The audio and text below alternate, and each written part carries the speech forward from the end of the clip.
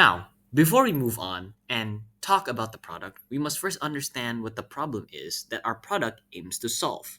Of course, the main the main point of a flood detector is to detect floods. So the main problem that exists in a vacuum where a flood detector would be useful would be the sheer amount of floods, and that is the case in places such as Indonesia, Jakarta.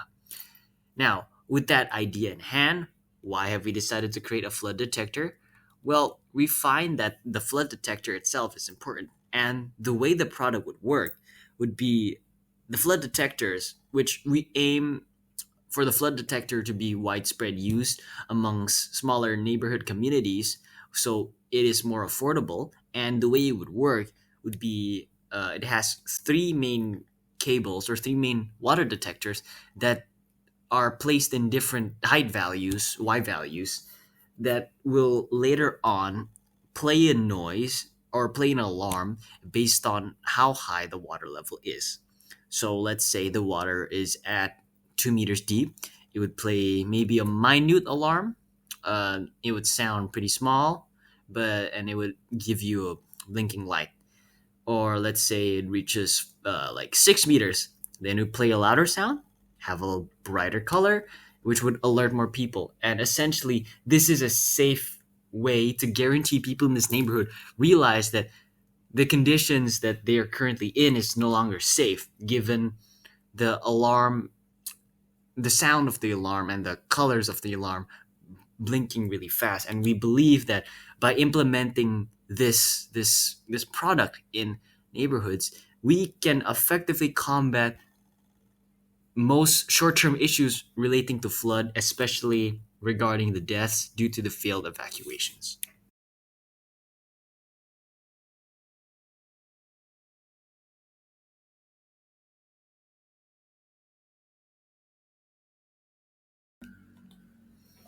However, despite tirelessly working these past 2 weeks, we as engineers were not able to complete the product in a state that we hoped that it would work.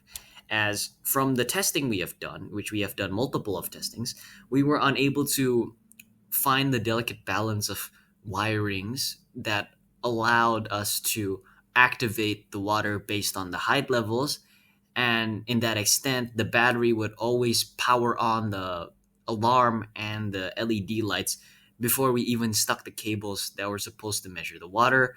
Therefore, we assumed that a lot of the wiring and the quality of the breadboard was not that great to begin with, which eventually led to us not being able to complete the project.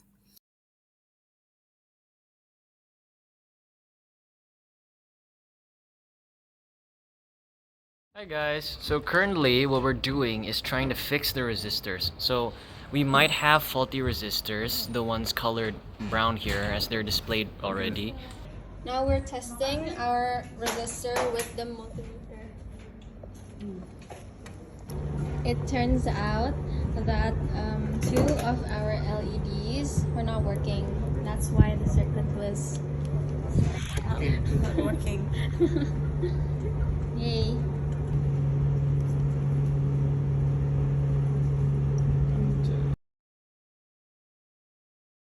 And the biggest takeaway from this this experience would be that, well, we should be more responsible and acknowledge the fact that we should have used and purchased more items just to prevent issues like this from occurring.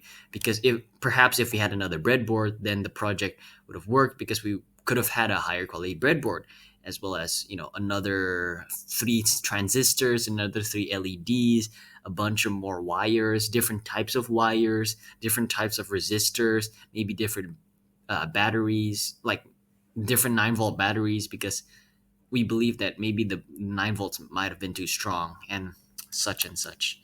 So, again, the biggest suggestion this group could come up with would be to test more, test beforehand, spend your time effectively, and most importantly, have extra materials to prevent issues like this from happening. Thank you very much.